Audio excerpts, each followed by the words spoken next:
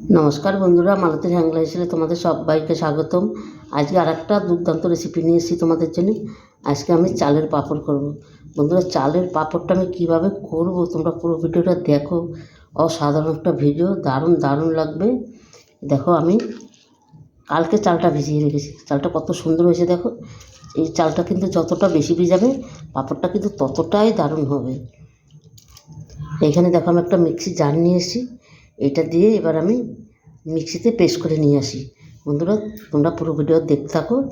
পুরো ভিডিও যদি না দেখো তাহলে কিন্তু তোমরা বুঝতে পারবে না চালের পাঁপড়টা কীভাবে এত সুন্দর তৈরি হচ্ছে। তাহলে আমি বন্ধুরা, তোমাদের যদি মিক্সি না থাকলে তোমরা কিন্তু পাটায়ও বেটে নিতে পারো। কারণ মিক্সি না আর থাকলে মিক্সিতে করলেও ভালো, না থাকলে পাটায় বেটে নিতে পারো, তাতেও কোনো অসুবিধা নেই। এখানে খোলাও যায়। বন্ধুরা দেখো, এই দেখো আমার কিন্তু ব্যাটারটা তৈরি হয়ে গেছে। আমি মিক্সিতে করে নিয়ে আসলাম সুন্দর করে।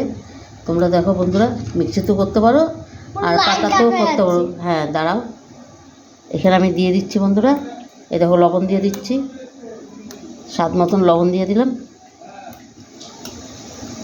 আর দিয়ে দিলাম ধনিয়া পাতা।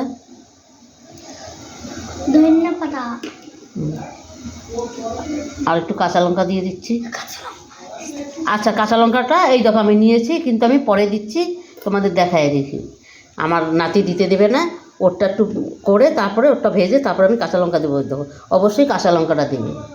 দিবি না? না না। আচ্ছা, তোমারটা আমি ভেজে তারপরে কাঁচা লঙ্কা দেবো। কেন ভেজেও দিবি না? দেখো বন্ধুরা, এটার ফিটনেসটা কিন্তু এইরকমই থাকবে। দেখো, এই দেখো এখানে লেগে গেছে বেশ সুন্দর একটা। আমার ডো পুরো রেডি হয়ে গেছে ব্যাটারটা। এবার আমি আচ্ছা আচ্ছা শোন শোন সর, দাঁড়া, সার তুই এটা দিস, পরে দিস, আমি এটা আগে দেখা এলাম। এই দেখো আমি একটা ব্রাশ নিয়েছি, এই ব্রাশ দিয়ে আমি একটা বাটিতে আমি দেখাচ্ছি। বেশি আমার ওই নাতিটা আছে তো, একটু পাকামি করে ফেললো। এই দেখো আমি ব্রাশ দিয়ে তেল লাগাই দিয়েছি এটার মধ্যে ছোট্ট। এটার মধ্যে আমি এবার অল্প করে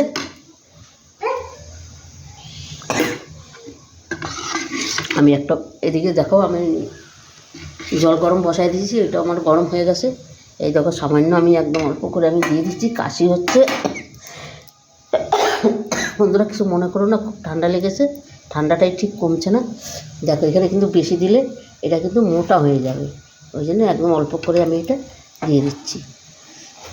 দেখো, আর তেলটাও কিন্তু একটু কমই দিবে। দেখো এটার মধ্যে তেলটা বেশি পড়ে গেছে, তাই এটা কীরকম একটা বেশি হয়ে যাচ্ছে।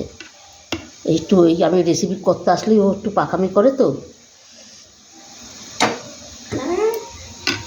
ওই যে আবার আমাকে ইসে করছে। এই দেখো, তাও কীরকম একটা ইসে হয়ে যাচ্ছে। এটা আমি করে দিয়েছি, তারপর আমি তোমাদের ঠিকঠাক করে দেখাই। এই দেখো, এবার এটা আমি চাপা দিয়ে দিই।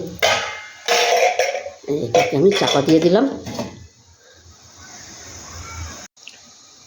বন্ধুরা দেখো, কতগুলো পাঁপড় আমি রেডি করে নিয়েছি, আর কত সুন্দর হয়েছে দেখো, কি দারুণ লাগছে দেখতে।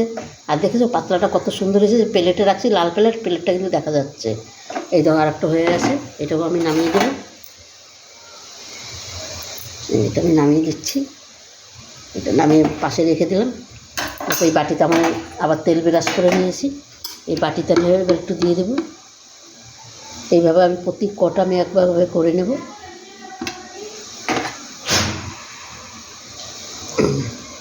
এটা আবার আমার জায়গাটা ছোটো, তাই আমার একটা একটা করেই দিতে হচ্ছে। এটা আমি ঢাকা দিয়ে দিচ্ছি, হইতে কিন্তু বেশি টাইম লাগে না, 2-3 মিনিট সময়ের মধ্যেই হয়ে যাচ্ছে। এবার এটাকে আমি তুলে নেব। বন্ধুরা দেখো, সম্পূর্ণ পাঁপড়গুলো কিন্তু আমার বানানো হয়ে গেছে, আর এতটা দারুণ লাগছে দেখতে। এই বন্ধুরা, প্রথমবার আমি পাঁপড় বানালাম, কিন্তু দেখো এত সহজ পাঁপড় বানানো আমি কিন্তু এতদিন জানতাম না, আমি প্রথম বানালাম। তোমরা বন্ধুরা এইভাবে একবার বানিয়ে দেখবে। এদিকে দেখো আমি কড়াইতে তেল দিয়ে দিচ্ছি, আমি একটা পাঁপড় দিয়ে ভেজে দেখছি। কিন্তু দেখো, এই পাঁপড় বানানোর সাথে সাথে কিন্তু ভাজা যায়।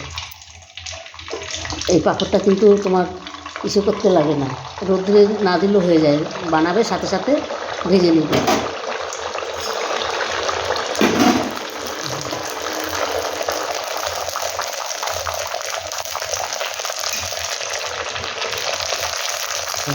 সুন্দর হচ্ছে।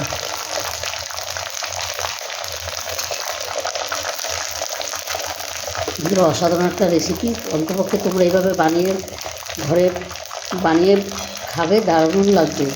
দোকানের পাঁপড়ের থেকে এই পাঁপড় খাওয়া অনেক ভালো।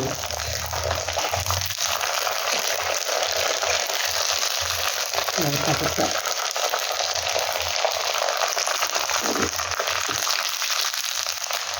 করে নিচ্ছি।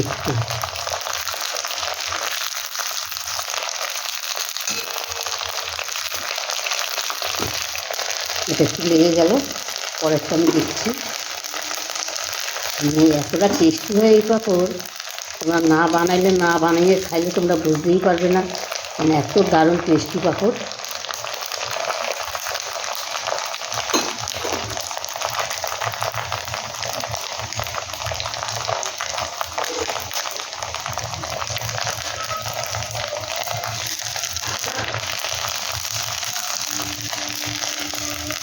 হয়ে গেছে বন্ধুরা, এই পাঁপড়টা আমি তুলে দিচ্ছি।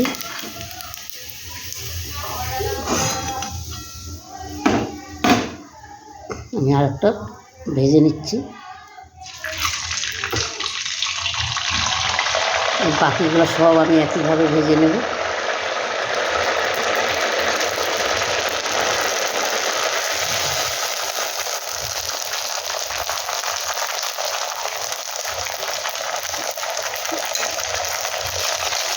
প্রথমে উপরে শেষে বন্ধুরা গরম তেলটা দিয়ে কেন চালের পাঁপড় তো, তাই একটু। আর কাঁচা পাঁপড়টা ভাজা করতে সাবধানে একটু উল্টাইতে হবে, নাহলে ওই আমার ওইটার মতনই কেস হয়ে যাবে। উঠিয়ে দিলাম। দারুণ অসাধারণ লাগে এই পাঁপড়টা খেতে বন্ধুরা। বাকিগুলো আমি একইভাবে ভেজে নেব।